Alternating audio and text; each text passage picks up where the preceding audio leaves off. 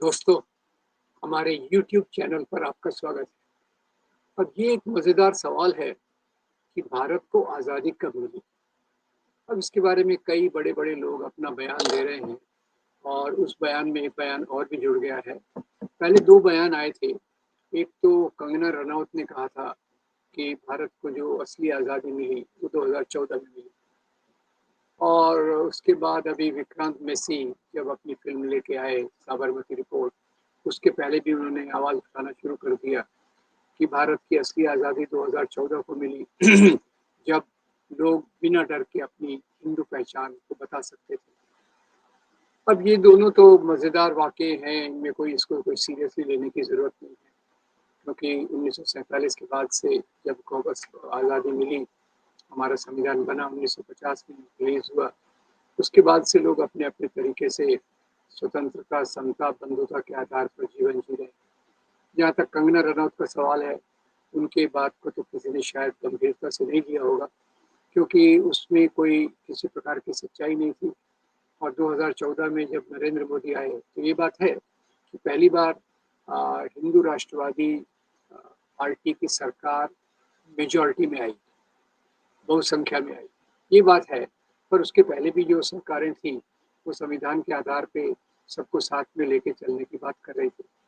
पर जो लोग हिंदू राष्ट्रवाद में विश्वास रखते हैं, तो उनको लगता है कि भई अभी जब से मोदी आए हैं, पूरी मेजॉरिटी में, तब से हिंदू हमारे राष्ट्र की शुरुआत हुई है। अब शायद उनका मतलब भारतीय राष्ट्र के बदले हिंदू राष्ट्रवाद से होगा। अब इसी कड़ी में जो अगला बयान आया है, उसको थोड़ा हमको गहराई से देखना पड़ेगा और वो बयान है आरएसएस के सर्व संघ चालक, मुखिया, चीफ श्री मोहन भागवत का। मोहन भागवत ने अभी हाल में इंदौर में एक अवार्ड फंक्शन में बोलते हुए एक उन्होंने बयान दिया। उसके 2 हिस्से देखने की ज़रूरत है। एक ही हिस्सा देखा गया है, दूसरा हिस्सा भी देखने आप कोशिश करेंगे। एक हिस्सा क्या देखा गया है कि उन्होंने कहा कि 22 जनवरी 2024 जब भगवान राम की प्राण प्रतिष्ठा अयोध्या में राम मंदिर में हुई, तब हमें असली आज़ादी मिली और उसको प्रतिष्ठा द्वादशी के रूप में मनाना चाहिए। तो इनके बयान में ये दूसरे बयान पे मैं बाद में आऊँगा, बयान के दूसरे हिस्से में। तो इसमें से ये हो गया कि भाई 1947 को मिला था, वो तो केवल राजनीतिक आज़ादी थी। असली आज़ादी हमको 2024 में मिली है, जब भगवान राम की प्राण प्रतिष्ठा अयोध्या के मंदिर में हुई। अब ये इसको कैसे देखा जाए? इसको 2 तरीके से देख सकते हैं। एक तो ऐसा मोहन भागवत जो हिंदू राष्ट्रवादी विचारधारा के संगठन के सर्वोच्च नेता हैं, उनके हिसाब से तो 1947 में जो हुआ, उसका कोई महत्व ही नहीं था। वो तो एक आज़ादी थी जो छोटी थी, केवल संविधान भी बना, वो भी कोई इतने महत्व का नहीं था। भारत में तो उनके हिसाब से भगवान राम, इनकी प्रतिष्ठा सबसे महत्वपूर्ण है। सभी लोग उनकी पूजा करते हैं, उसमें भगवान श्री कृष्ण, शिव शंकर जी, भगवान शिव शंकर जी, ये सब आ जाते हैं। पर यहाँ मेरा उनसे थोड़ा मतभेद है और सबका मतभेद होगा कि भारत में एक प्रकार की विविधता है, हिंदू धर्म के अंदर भी और भारत के बाकी धर्मों के साथ मिलकर भी देखा जाए तो भारत की परंपरा केवल हिंदू धर्म से नहीं आती, इसमें दूसरी चीज़ें भी जुड़ी हुई हैं। जैसे हिंदू धर्म की बात की जाए, तो हिंदू धर्म में एक तरफ भगवान राम है, उसी के साथ-साथ श्री कृष्ण को मानने वाले भी बहुत हैं, भगवान शिव को भी मानने वाले बहुत हैं, काली माँ को भी मानने वाले बहुत हैं। ये हिंदू धर्म के अंदर की एक महान विविधता को दर्शाता है। दूसरी तरफ गौतम बुद्ध, भगवान महावीर और गुरु नानक, कबीर, इनकी भी बड़ी-बड़ी परंपरा है, उसको भी हम इग्नोर नहीं कर सकते। ये भी भारतीय परंपराओं का एक मुख्य भाग रहा है। तो पहली बात तो ये, जब वो संकीर्ण तरीके से सोचते हैं, तो केवल एक आधार पे वो इस आज़ादी को, हमारी जो भी मूल्य है, उनको एक तरह से वो संकीर्ण कर देते हैं और जहाँ की व्यापकता, विविधता, उसको वो भुला देना चाहते हैं। दूसरी तरफ देखिए, तो उसी बयान में आगे वो कहते हैं कि भारत का स्व, ये हमारे मंदिरों में था अ, और उसको जो विदेशी आक्रामक आए, साथ में उन्होंने कहा विदेशी आक्रामक बार-बार आते रहे और हमारे स्व, हमारे सेल्फ को वो लोग उसका अपमान करते रहे, खास तौर से मंदिर तोड़। अब दोस्तों ये बड़ा मज़ेदार मामला है मंदिर तोड़े जाने का। कितनी संकीर्ण, सीमित और इस सोच के आधार पे कहा जाता है, उसको ज़रा सोचने की ज़रूरत है। मैं कई वीडियोज़ में इस पे बात कर चुका हूँ और इसमें एक नया आयाम मैं डालना चाहता हूँ कि मंदिरों का, पूजा के स्थलों का जो तोड़ना हुआ है, वो केवल मुसलमान राजाओं के आने के बाद नहीं हुआ। इसके पहले भी हम सब देखें तो जब बुद्ध धर्म भारत में फैल गया था, तो उसको जवाब में, उसकी प्रतिक्रिया के रूप में ब्राह्मणवादी धर्म आया। ब्राह्मणवादी धर्म के जो लोग थे, उन्होंने यहाँ के बुद्ध विहारों को या तो परिवर्तित कर दिया मंदिरों में या उनको तोड़ दिया गया। ये प्रमाण जगह-जगह मिलते हैं। स्वामी विवेकानंद भी इस बात को बताते हैं, दयानंद सरस्वती भी इस बात को बताते हैं और कई अवशेष जो सोमनाथ मंदिर के नीचे मिले हैं या इवन बाबरी मस्जिद के नीचे मिले थे, वो इसी बात को इंगित करते हैं। तो एक पहला तो ये जो तोड़े गए थे, ये तो 2 प्रकार के मूल्यों का संघर्ष था। एक तरफ से बुद्ध धर्म के समतावादी और दूसरी तरफ से ब्राह्मणवाद के विषमतावादी मूल्य। अब इसके बाद जो उदाहरण आते हैं, कई मुसलमान राजाओं ने मंदिर तोड़े, कई हिंदू राजाओं ने मंदिर तोड़े। अब हिंदू राजाओं ने जो मंदिर तोड़े, उसको ये लोग भुला देते हैं, क्योंकि कारण मंदिर तोड़ने का इनके हिसाब से है हमारे स्व को नष्ट करना, जबकि वास्तव में मंदिर तोड़ने का कारण कुछ और था। और मुसलमान राजाओं के आने के पहले भी कई हिंदू राजाओं में आपस में जब लड़ाइयाँ होती थी, तो उसमें भी कई बार मंदिरों को तोड़ा गया। एक ही मैं उदाहरण दूँगा, मंदिरों को तोड़े जाने का जो मध्ययुगीन काल के थोड़े पहले से और मध्ययुगीन काल में जो चलता रहा, उसमें 2 मुख्य कारण थे। एक तो संपत्ति, मंदिर संपत्ति के संग्रहालय थे और दूसरी तरफ से संपत्ति के अलावा सत्ता। ये 2 चीज़ों के आधार पे मंदिर तोड़े गए। तो जैसे एक मैं उदाहरण दे दूँ, कवि कल्हण अपनी किताब राजतरंगिणी में लिखते हैं कि राजा हर्षदेव जो 11वीं शताब्दी के कश्मीर के राजा थे, उन्होंने अपने राज्य में देवोत्पतन नायक नाम के अधिकारी की नियुक्ति की, जिसका काम ही था कि वो मंदिरों में जाए और वहाँ से जो सोने चांदी की मूर्तियाँ हैं, वो मूर्तियाँ जिनमें हीरे जवाहरात जड़े हैं, वो उनको उखाड़ के ले आए। अब ये एक हिंदू राजा हो गया।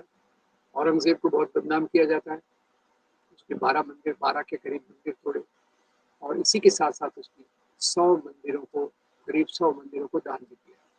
तो मंदिर तोड़ने के पीछे कोई राष्ट्र के स्व का मामला नहीं था। ये राजाशाही एक अलग प्रकार का सिस्टम था और उसमें इस प्रकार की बातें होती हैं।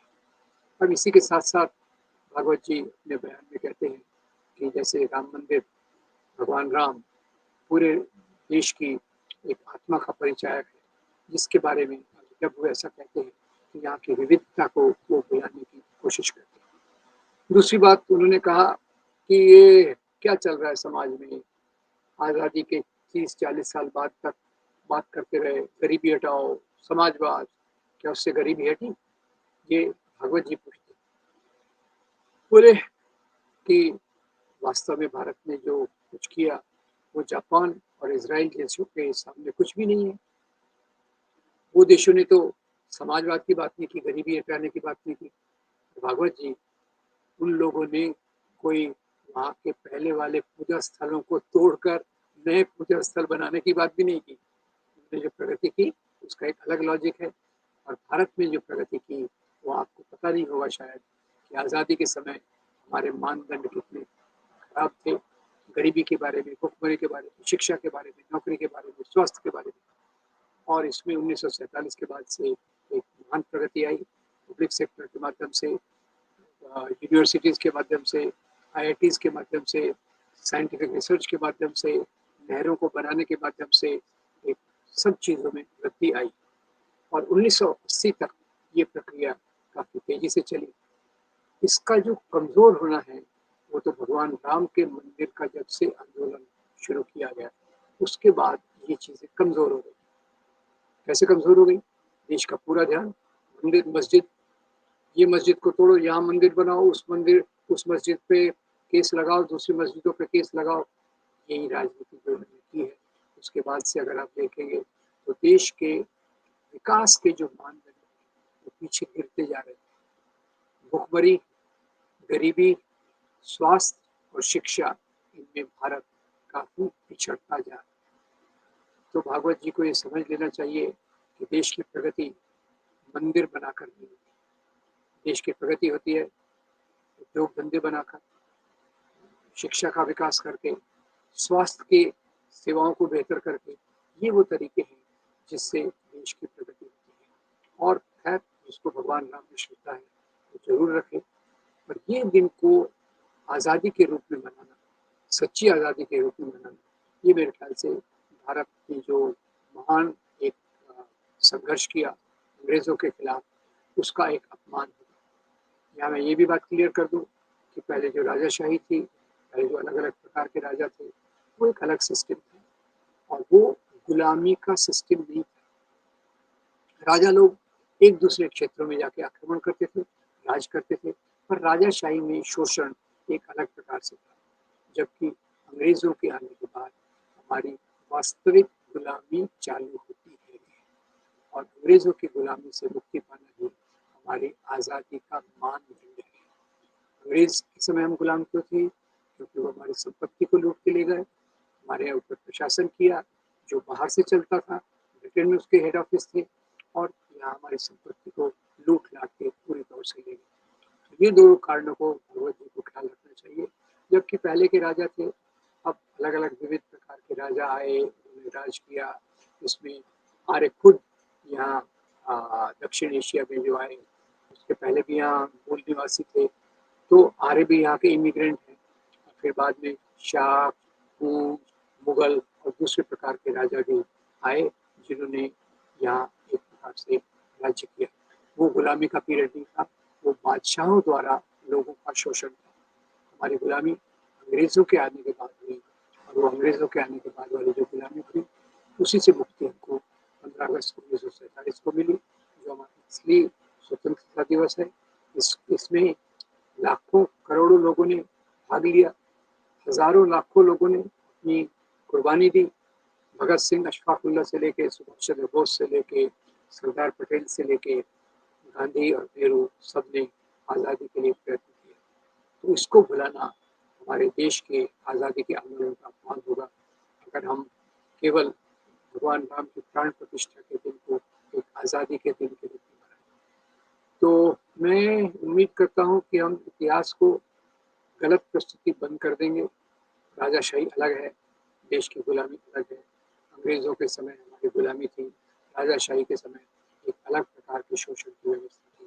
राजा हिंदू हो या मुसलमान, शाह हो या हूँ, वो उसी प्रकार से जनता का शोषण करता था, राज्य का विस्तार करता था और अपनी संपत्ति और सत्ता का विस्तार करता था। तो इसमें मैं उम्मीद करता हूँ कि हम इसको थोड़ा गहराई से समझने की कोशिश करेंगे और मोहन भागवत जी का ये जो बयान है उसको बिल्कुल अस्वीकार करके, उसकी निंदा करके ये मानेंगे कि हमें आज़ादी 15 अगस्त 1947 को मिली और हम उस आज़ादी का जश्न 15 अगस्त 1947 को ही मनाना चाहिए। 26 जनवरी को जब हम गणराज्य बने उसका उत्सव मनाना चाहिए। ये दो वास्तव में हमारे सबसे बड़े त्यौहार हैं। एक भारत देश के रूप में, रिपब्लिक ऑफ इंडिया के लिए भारत देश के रूप में, इसी को हमको मनाना चाहिए। आपका बहुत धन्यवाद। मैं उम्मीद करूँगा कि आप इसके बारे में गहराई से सोचेंगे, भागवत जी के बयान को रिजेक्ट करेंगे। इस वीडियो को लाइक करके, फॉरवर्ड करके हमारे चैनल को जरूर सब्सक्राइब करेंगे। आपका बहुत धन्यवाद। Thank you very much.